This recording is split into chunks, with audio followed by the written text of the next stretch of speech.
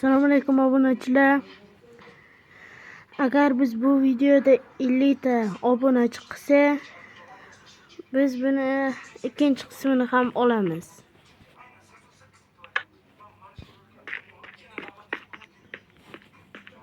Assalomu alaykum do'stlar. I am Professor F. Welcome to the University of Amsterdam. So, congratulations on winning the lab tour ticket. I have a lot to show you in our mesmerizing lab. Siz nimadir deysiz? The lab is right around these few corners. Nima deysiz? The lab is on the ground floor, so there is no need to take the stairs or the elevator. Shularga Lucky us. makronlaymanmi? Siz xohlagan joyda o'tib keta olasizku? Yana uzun joy o'tib ketmang, ha? Wow! Wow!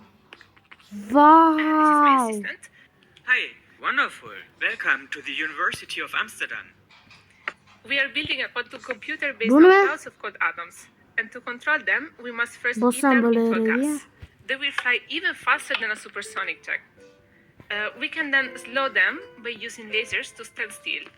Or almost. It's very, very, very cold at the center of the quantum computer, Even colder than in outer space. and we are working super hard to get it even colder to eventually make the patterns Wow, böyle even söyleyken. more accurate. Oh, excuse me. I must pick up this phone call. But I'll be right back. Please don't touch anything. Anything on the floating table is very sensitive. And never press this red button. Yes, never press this red button. If you do that, you will shrink to a quantum particle, and I don't think we are able to get you back to us.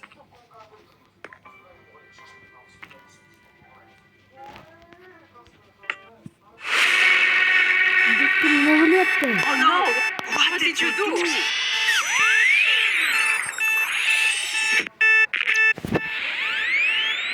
Doktor nima bo'lyapti? Doktor!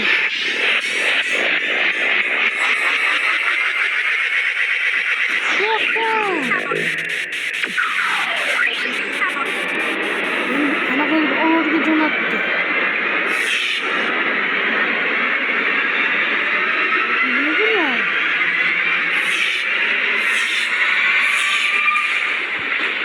Bular meni qayerga jo'natdi? Voy, otimmi? Otimlar.